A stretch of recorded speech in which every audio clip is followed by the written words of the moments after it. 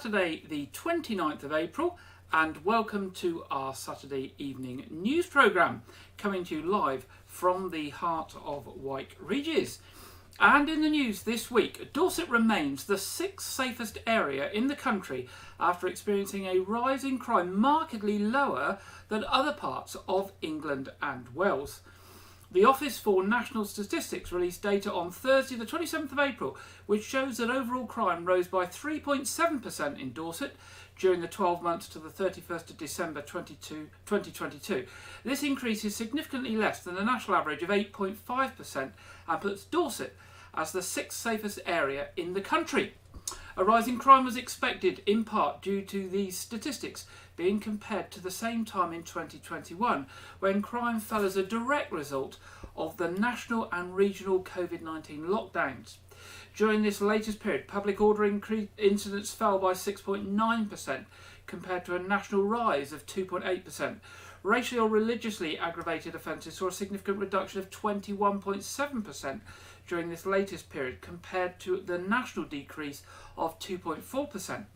It is also encouraging to see burglaries involving businesses and community premises have reduced by 6.3% compared to a national increase of 16.9%. Like other areas of the country, the force in Dorset has seen an increase in some crimes. Violence against the person increased by 2.5% in Dorset, lower than the national increase of 5.1%, while violence and injury rose to 2% compared to the national rate of 8.3%. Reports of sexual offences rose by 6.9%, closely in line with the national rate. This increase can be attributed partly to a boost in confidence of victims choosing to report matters to Dorset Police. In contrast, reports of rape offences reduced to 2.3% compared to the national rise of 3.7%. Now, Dorset dog owners are being warned about a very serious condition for dogs which is spreading fast and can be deadly. There have been 15 cases of lungworm reported in Dorset, including in South Dorset in the Dorset and Weymouth area. Lungworm can be fatal to dogs, with around 95 of those who get infected, around 9% of those that get infected dying. The disease seems to be spreading throughout the UK at the current time. Now, lungworm is a parasite and it's spread by dogs and foxes and can be transmitted by snails and slugs through contact with dog faeces. The symptoms are in the dogs, this is not the snails. The symptoms are coughing, a change in breathing, going off food, vomiting and upset stomach, tiredness, pale gums or bleeding gums, and excessive bruising. Prevention is regular worm treatment, picking up dog faeces quickly so the larvae don't get transferred by the slugs and snails, removing toys and bowls from gardens overnight, and changing dogs' water in their water bowls regularly.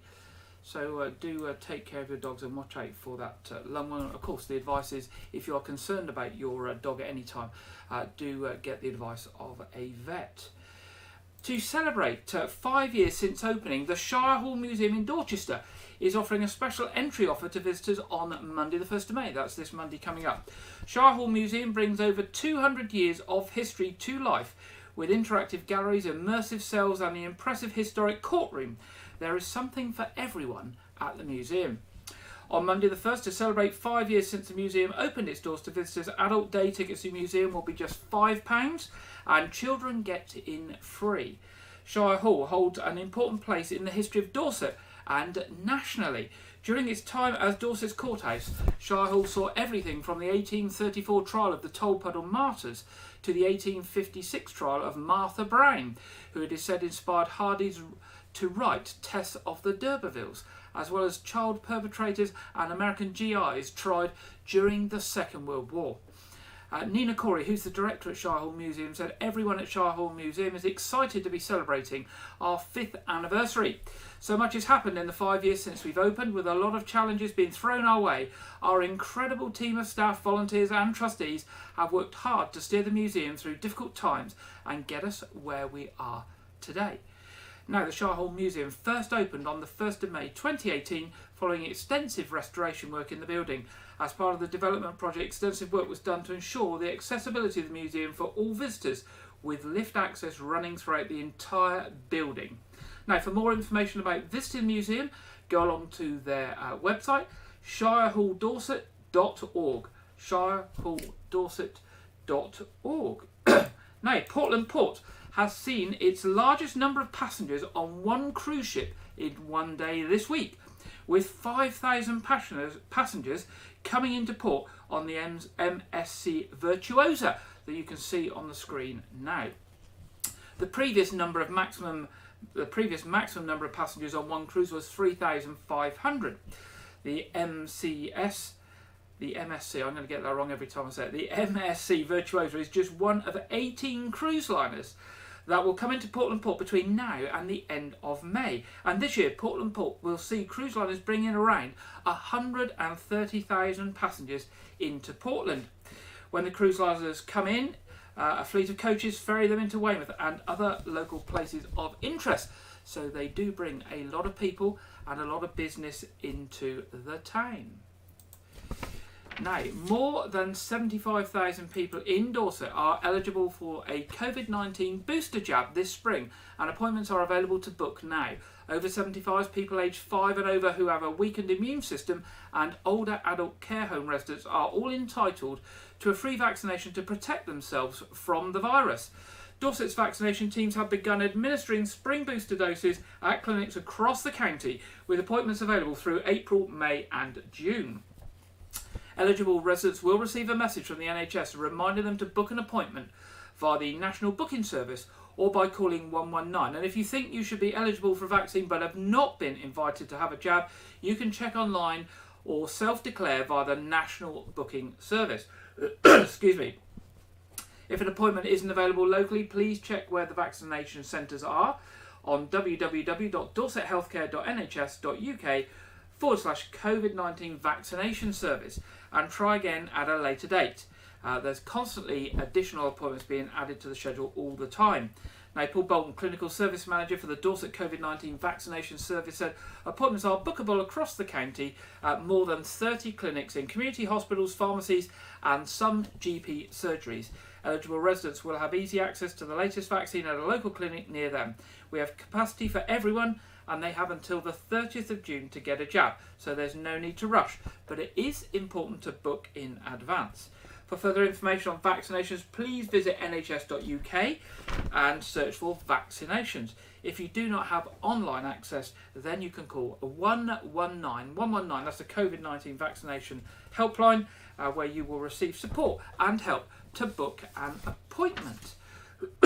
Now, taxi licensing has been toughened up to protect passengers across England. New measures will safeguard passengers and crack down on unfit taxi and private hire vehicle drivers, with tighter checks introduced across local authorities. Building on existing legislation, councils in England will now be mandated to use a national database to record instances where taxi and private hire vehicle drivers have their licences removed for misconduct. The new law will prevent them from simply reapplying for a licence in other areas by alerting the system to concerns about their prior behaviour. This will ensure passengers can use taxis and private hire vehicles with greater confidence that these modes of transport are safe, helping to strengthen communities and restore pride in towns and high streets across the country. While the vast majority of taxi and private hire trips are safe and efficient, there have been a small number of reports linking a minority of drivers to incidents of sexual harassment, abuse and poor driving. The step will bring into full force the Taxi and Private Hire Vehicles Safety and Road Safety Act 2022 and is being backed by the family of Sian O'Callaghan, who was tragically murdered by a private hire vehicle driver in Swindon in 2011 when she was aged 22. Her family have since been campaigning for tougher measures to protect passengers. From the 27th of April, the use of the database will be compulsory for every driver licence application, and the Department of Transport will monitor its use closely. Councils that fail to do the necessary checks could face legal action. Good news there for taxi and private hire users. Now, Round 4 of the Household Support Fund will reopen for applications at 9 o'clock on this coming Wednesday, the 3rd of May, and this is for low-income households in the Dorset Council area. The support will be in the form of supermarket vouchers. Citizens Advice will be allocating this fund on behalf of Dorset Council, and vouchers will be issued to residents who meet the eligibility criteria within 6 to 8 weeks. Dorset Council households will be able to apply if they have an annual household net income of less than £30,000 and savings of less than £16,000 and have not applied for a previous HSF payment within the last 6 months. Now, if you do miss out on this May window to get these vouchers within May, another one will open on the 6th of June 2023 at 9 o'clock. Now, applicants need help. Applicants need to complete a form. If you need help completing the form, you can telephone customer services at Dorset Council on 01305 221 000 or visit a customer access point. And I think in Weymouth there's one at Weymouth Library, if I remember. But Citizens Advice are going to be administering that scheme, so make contact with Dorset Citizens Advice. Now, on the 26th of April, the government announced the National Police uplift figures. Dorset Police has surpassed the target originally set by government and now have more than 1,440 police officers serving the residents and communities of the county. Back in 2019, the government announced plans to recruit an additional 20,000 police officers across England and Wales by the end of March 2023. And as part of that programme, Dorset was set a target to recruit 166 new officers. Dorset has gone on to overachieve its target, and now there are 174 new recruits that have joined Dorset Police over the last 3 years. Now, staying with Dorset Police, officers investigating an incident where a man sustained serious injuries in Weymouth Town Centre are appealing for witnesses or anyone with dashcam footage to come forward. Dorset Police received a report from the ambulance service at 7:37 on Thursday the 27th of April of a man requiring medical assistance at Weston Bridge. That's 7:37 p.m, I should have said, in the evening. A man requiring assistance at Weston Bridge. The ambulance service had been alerted to the incident at 7:21 p.m. Officers attended and located a man aged in his 40s with injuries to his head and face. He was taken to hospital for treatment. An investigation is underway to establish the full circumstances of the incident. Now, Police Constable Fiona Napier of Weymouth CID said this incident left a man hospitalised and we're determined to find out what happened. If you have any information for Dorset Police at all on this, or of course any other crimes or incidents, do give them a call on 101, or give them or you can call Crime Stoppers anonymously on 0800 555 111. That's so direct to Dorset Police on 101 or via Crime Stoppers anonymously on 0800 555 111. The latest round of the Capital Leverage Fund, which is managed by Dorset Council, is now open and welcoming applications from projects which will provide new and improved facilities for communities and residents across the county. The grant can help towards the cost of community building enhancements, renovations, maintenance or new build projects including car parks, play areas, moogers, that's a sort of a multi-surface sports facility, pitches and landscaping. Voluntary and community sector organisations with an annual turnover of less than 1 million can apply, as well as museums, art organisations, community centres, village halls, town and parish councils and youth centres. We also welcome applications for projects that help to address climate change themes, new public art or heritage capital projects, including accredited museums.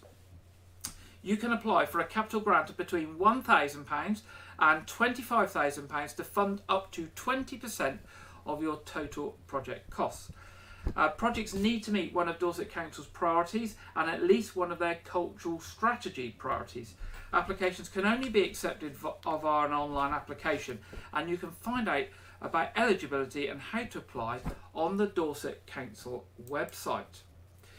Concerns about loss of fundraising opportunities due to COVID led to the Dorchester and District Christian Aid Group to produce a recipe book called Cooking for Life. And the book, which includes more than 100 recipes from congregation members across Dorchester and further afield, has now raised £5,000 for the charity. Co-author Tony McDougall said the book was a real opportunity for people to give their support to a charity that works constantly with the most marginalised in society. As part of King Charles III's coronation celebrations, the Lugger Inn in Chickerell have decided to join the Big Help 8. That's the initiative that's happening on Bank Holiday Monday, the week after next, the 8th of May, by launching their Life and Soul Community Trust. The intention of the trust is to provide support to those within the local community, whether monetary or otherwise, to bring happiness to others, promote well-being and nurture a strong community spirit. The Lugger Inn, the Life of Soul of Chickerell.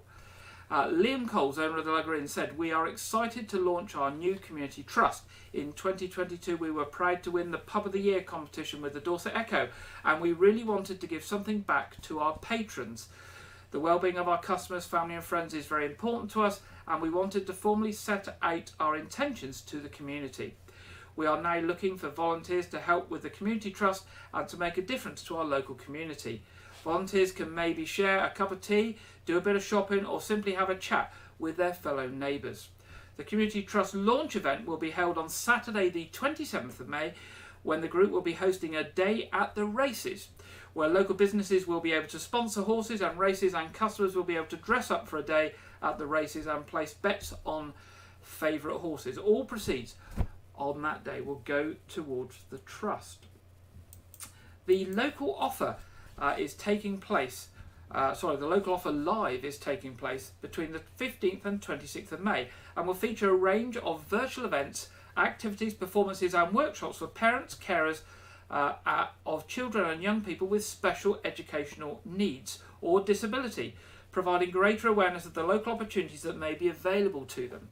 The 2-week programme has been created in partnership with Dorset Council, NHS Dorset and Dorset Parent Carer Council, and full event booking details can be found on Facebook by searching for Dorset Parent Carer Council. That's Dorset Parent Carer Council on Facebook. So if you have a disabled child or a child with special educational needs, do pop along to that and maybe get involved in one of the roadshows, either in person or virtually, to learn about what is on offer for you and your children. That's right, Dorset. The programme will feature a variety of events at all locations across Dorset, beginning with a supported internships roadshow on Wednesday the 17th of May in Dorchester, when a transition roadshow on Thursday the 18th of May in Wimborne, followed by a creativity showcase on Saturday the 20th of May, which will involve the latest music technology. There will also be local offer locality roadshows visiting Wimborne, Sturminster Newton, Purbeck and other venues, when you can meet your local teams and find out more of the services and support available. Now, Tuesday the 18th of April saw the official opening of a new purpose-built accommodation in Weymouth, which will provide homes for up to 12 young people leaving care.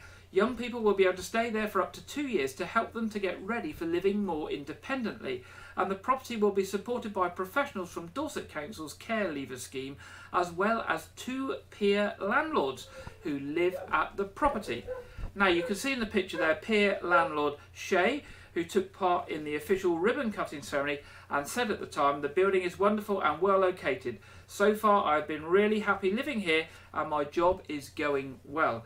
As well as having responsibility for the normal day-to-day jobs, like helping people with questions, sorting out fire alarms and making sure people take the bins out, I also get to support the people living here. My role allows me to be a helping hand, but I also get to check in with them, lend my support and make sure they're doing okay. Now, more information on the support available for Dorset Care Leavers can be found on the Dorset Council's website. Again, you can search for Dorset Council local offer for care leavers. There is still time to get involved with the Community Expo in Weymouth, and you could apply for a stall at this year's Community Expo event. Following on from the success of last year's first event, Weymouth Town Council's Community Expo returns in May at the town's iconic Jubilee Clock. The event is a twist on the council's annual town meeting, highlighting the work of voluntary and community groups in the town, and also provides an opportunity for residents and visitors to find out more about council services and projects, and how you can get more involved in the decision-making process. There will be a chance to meet the newly elected Mayor of Weymouth and the formal annual town meeting itself at 1 p.m, at the Town Council stand. If you're a local charity or community group who would like to take part and run a stall at the free event, then Weymouth Town Council would love to hear from you. And you have got until Friday, this coming Friday, the 5th of May, at midday to let them know. Now, the event is on the 20th of May, Saturday the 20th of May, from 11 a.m. to 2 p.m. at the Jubilee Clock in Weymouth. And say, if you want to have a stand there, if you're a community group or charity, you need to be in touch with the Weymouth Town Council by this Friday, the 5th of May at midday. And the way to get in touch is to email them at events@weymouthtowncouncil.gov.uk. That's events@weymouthtowncouncil.gov.uk.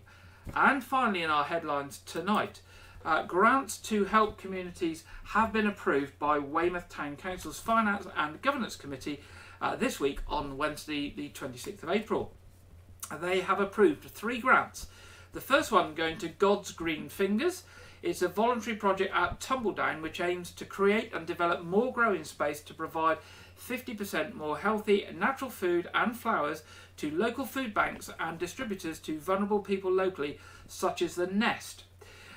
God's Good Fingers, or God's Green Fingers, also wish to purchase seating for their quiet space to enable elderly and or vulnerable people to sit at Tumbledown and enjoy their surroundings. They've been awarded £500 by the Town Council. Weymouth Food Bank wish to buy fresh fruit and vegetables for a 6-month period from the 1st of March. This will be distributed at their food bank locations to supplement the tins and packets they distribute. The council have awarded them £2,700. And Dentaid, the dental charity, is a carefully designed, innovative organisation where they operate from a mobile dental unit, visiting locations where their patients feel comfortable and safe. The project will focus on providing oral healthcare and advice in Weymouth with the mobile dental unit based at the Lantern Trust.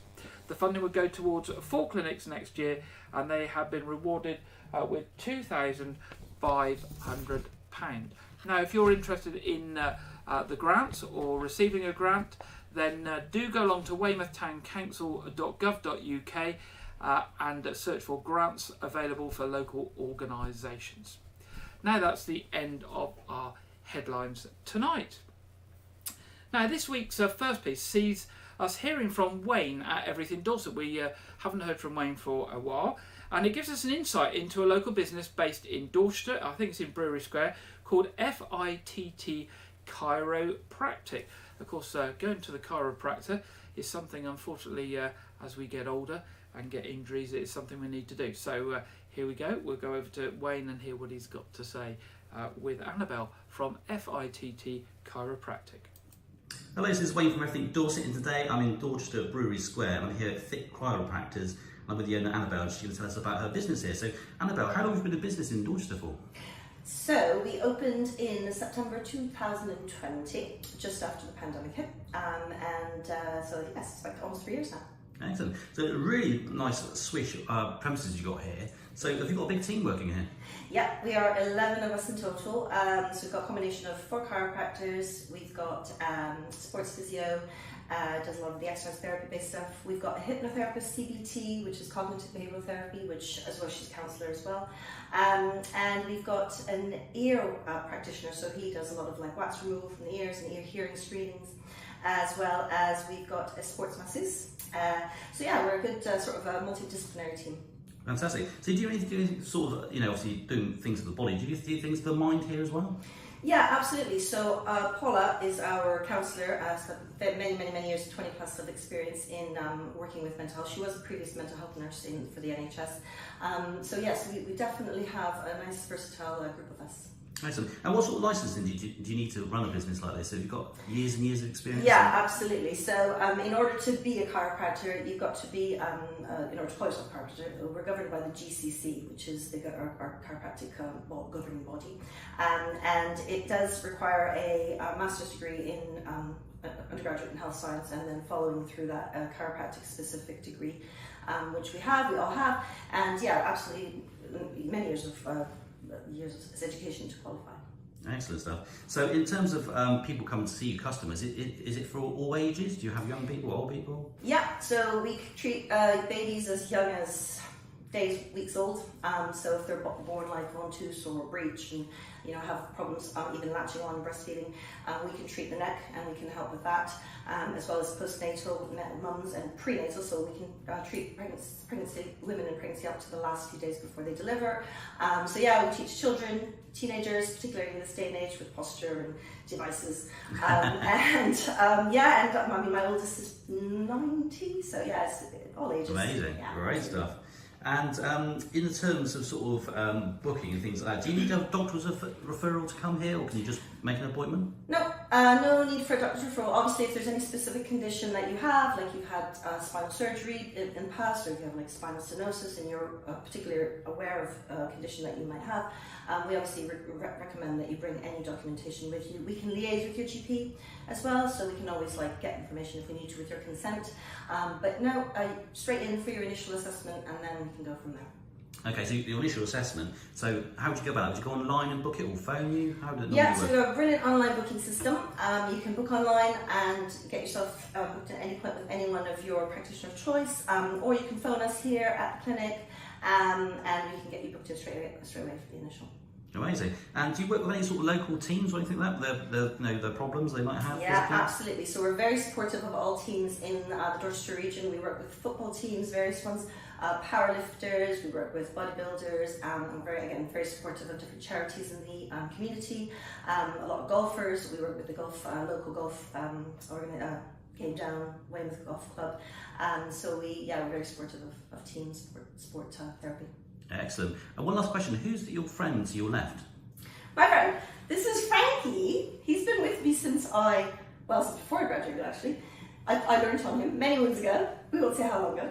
But yes, he's brilliant. He's our mascot, and we dress him up depending on the occasion. So Halloween, he was a scarecrow last year. He was Santa at Christmas. So yeah, we dress him up. He's our mascot. So if you see him in the window, he's always in the window. You know you're here in Dorchester. Excellent. And will he be dressing up for the coronation? Yes, absolutely. A crown on his head? Absolutely. Excellent. Well, it's been lovely speaking to you today, and I wish you all the best of luck with your business. Thank you so much. Thank you. Bye. Thank you very much to Wayne and Annabelle from FITT Chiropractic. And if you want to learn more about what they're doing, it's www.fittchiropractic.co.uk. And if you're up in Dorset around Brewery Square, do look at their window and see if was it Frank the skeleton there is going to be dressed up for the coronation. Now this weekend obviously we are hearing more about strikes within the NHS, and nurses strike again being on tomorrow, and this time it's affecting services that have previously not been affected, such as A&E and intensive care and those sorts of things. And so now we're going to hear from Sue Sutton, who's the Deputy Chief Operating Officer from NHS Dorset, about using the correct services at this particularly difficult time. Our priority is to make sure you and your loved ones get the right care when you need it. During the next few days of industrial action, we are expecting fewer nurses to be working. This means it is more important than ever that you know which is the right service for you if you are unwell. Pharmacists are experts in medicines and can help with minor health concerns like coughs, colds and rashes. Your GP practice is the main point of contact if you are unwell. They have a range of staff who can help you if you are worried about your health or have any ongoing health issues. If you have a more urgent health need or you're not sure where to go, you can use 111 online or call them directly via 111. Anyone who needs life-saving care should always dial 999 or go to their local hospital emergency department. Choosing the right service at the right time means staff working during the industrial action can treat those who need it most. You can find out more about our services and how they can help you at staywelldorset.nhs.uk. Thank you. Thank you very much there, Sue. And that website is www.staywelldorset.nhs.uk, and it brings all that information about NHS services across Dorset together and tells you, where pharmacies are and how to get help from pharmacies and when you should use 111 and 999. But those are the two main numbers. If you need urgent advice, 111. If it is a dire life-saving emergency, then as ever, it is 999. Now it's that time in the programme where we hear from our regular contributor Andrew Wright for this week's film review and preview. Welcome to Wyke Regis TV film review and preview. I'm Andrew Wright. This week, the action movie Plane was released on home video. The film stars Gerard Butler and Mike Coulter and revolves around Butler's airline pilot teaming up with Coulter's extradition prisoner as they try to rescue plane passengers taken hostage after their plane went down in hostile territory. The film was a small box office success when it was in cinemas. Now I checked this out because I'm a fan of Gerard Butler action films, and I found that this film was surprisingly enjoyable. Butler had this great chemistry with the lead cast, and the film has some great action pieces, so I gave this film 4.5 stars out of 5. A sequel is currently in development with Mike Coulter in the lead role. This week at CinemaCon, a trailer for the next Hercule Poirot film, A Haunting in Venice, was released. The film is directed by and stars Kenneth Branagh as the titular detective and revolves around Poirot, retired in Venice but steps back in to solve a murder at a séance that he attends. The film also stars actors Jamie Dornan, Tina Fey and Michelle Yeoh in central roles. The film is a sequel to 2017's Murder on the Orient Express and 2022's Death on the Nile. Now, this initial teaser trailer gave me plenty of reasons to be excited because the trailer showed off a very horror-oriented direction for this film, complete with jump scare moments and all. The film is in cinemas this September, courtesy of 20th Century Studios. Also released at CinemaCon this week was the trailer for The Equalizer 3, the third and potentially final film in the Equalizer film series starring Denzel Washington. Washington stars as retired government assassin Robert McCall, who goes to southern Italy to reconcile with the things he has done, only to find the local area and his new friends are under the control of the local mafia, forcing McCall to step up as his friend's protector. Now, I'm interested in this film because of having seen the last two films, even though I felt that they were mediocre, and I'm a fan of the Queen Latifah TV show. And this film is being billed as the final chapter of the film. I guess it's a trilogy now. So this film is in cinemas in September, courtesy of Sony Pictures releasing, and it's going to be full of lots of blood and action like a John Wick film.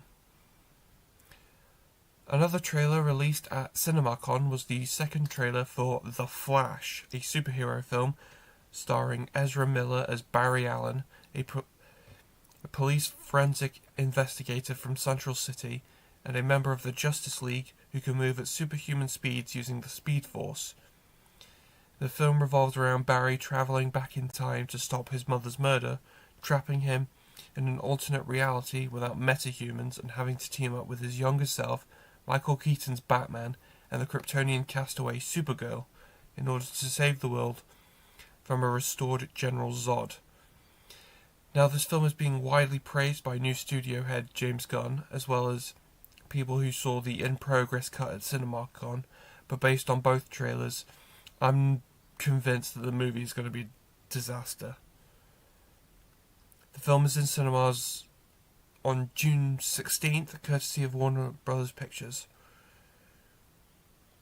That's all I have for this week, but be sure to check back next week where I will preview Guardians of the Galaxy Volume 3. Now back to Gary in the studio. Thank you very much, Andrew. And good news of a new Hercule Poirot film in the offing.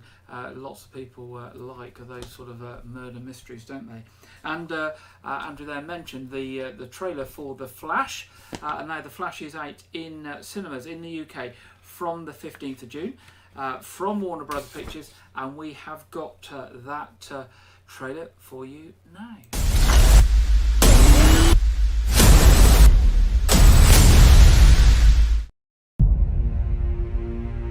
I lost my parents. That pain made me who I am. I spent a lifetime trying to right the wrongs of the past. As if fighting crime would bring my parents back. You actually did it. I can't imagine what you've been through. I love you, Monkey. You lost both parents in one day. Barry! Call 911 now! I went back in time to save my parents. But instead, I completely broke the universe. If you went back and changed the past, this world must die. You changed the future. Do you know what this symbol stands for? Means hope, right? I will help you fight God. You want to get nuts? Let's get nuts.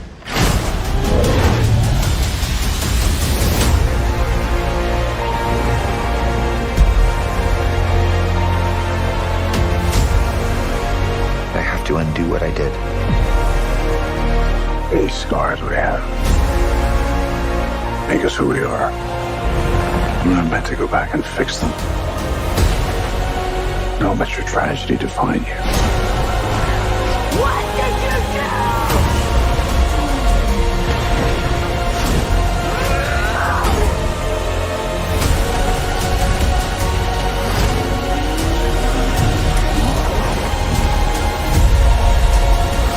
No matter what we do, we're not going to be able to fix this. No!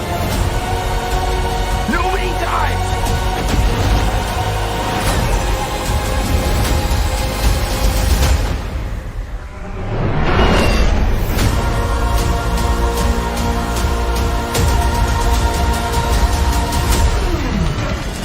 You're strapped to your parachutes. Where's yours?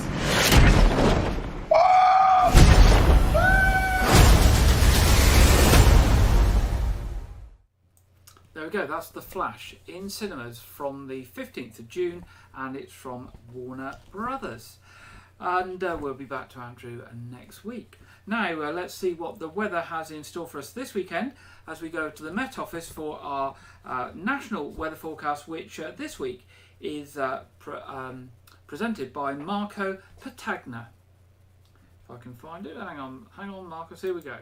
Hello and welcome to your latest weather update from the Met Office. We'll see a mixed bag of weather across the UK through this bank holiday weekend. Some sunshine, some showers, and feeling fairly warm when the sun comes through. The reason for the mixed conditions is down to the fact we've got high pressure towards the east of the UK, lower pressure out toward the west. That's giving us light winds, a slack pressure gradient across the UK, but hence those showers developing at times too. The focus for the worst of the showers this afternoon, heavy, locally thundery downpours across Northern Ireland, parts of Wales and the northwest of England. Whereas down towards the south-east of England, up towards the far north-east of Scotland, here we'll see the best of the sunshine. Quite chilly though out towards the north-east, no better than 6 or 7 degrees across the Northern Isles into Aberdeen. Whereas down towards the south and south-east, a bit warmer, temperatures into the mid to high teens, could even squeak a 20 degrees across the south-east, that's a few degrees above the seasonal average. As we go into the evening and through the overnight period, those showers continue out towards the west and become a bit more widespread across northern and western parts of the UK. Still some heavy, locally thundery downpours to contend with. Whereas down towards the south-east and up towards the far north-east of the UK, here we'll see some clear spells mixed with low clouds, some clear spells and a bit of mist and fog. But under those clear spells towards the south-east, temperatures dipping to around 6 degrees and notably chilly up towards the north-east of Scotland. Could even see a touch of frost here by Sunday morning with lows close to freezing. As for Sunday itself, those showers will get going across northern and western parts from the word go, and they'll become a bit more widespread across northern and western areas as we go through the day. Again, some heavy, locally thundery downpours developing, particularly across Northern Ireland as we head into the afternoon. Whereas down towards the southeast and for a time up towards the northeast, we'll see some sunshine. But generally speaking, it will be the southeast that holds on to the best of the fine weather. And here temperatures climbing quite nicely once again into the high teens Celsius, 17, 18, locally 19 degrees. Whereas towards the northeast, it stays chilly at just 6 or 7 Celsius. As we go through the evening, those showers start to make their way eastwards across the UK. So I think some showers working their way into the southeast, whereas out towards the west and northwest, they'll start to ease down through Sunday evening. And that takes us into a pretty showery picture on Bank Holiday Monday in the east and southeast of the UK. Some locally heavy downpours across the east and southeast. Some showery rain across the far north of Scotland, but elsewhere, plenty of fine weather to contend with. That's pretty much it for me, but I'll see you soon. Take care. Bye-bye. Thank you very much, Marco, for the National Weather Forecast and looking at what the weather has in store for us this coming week.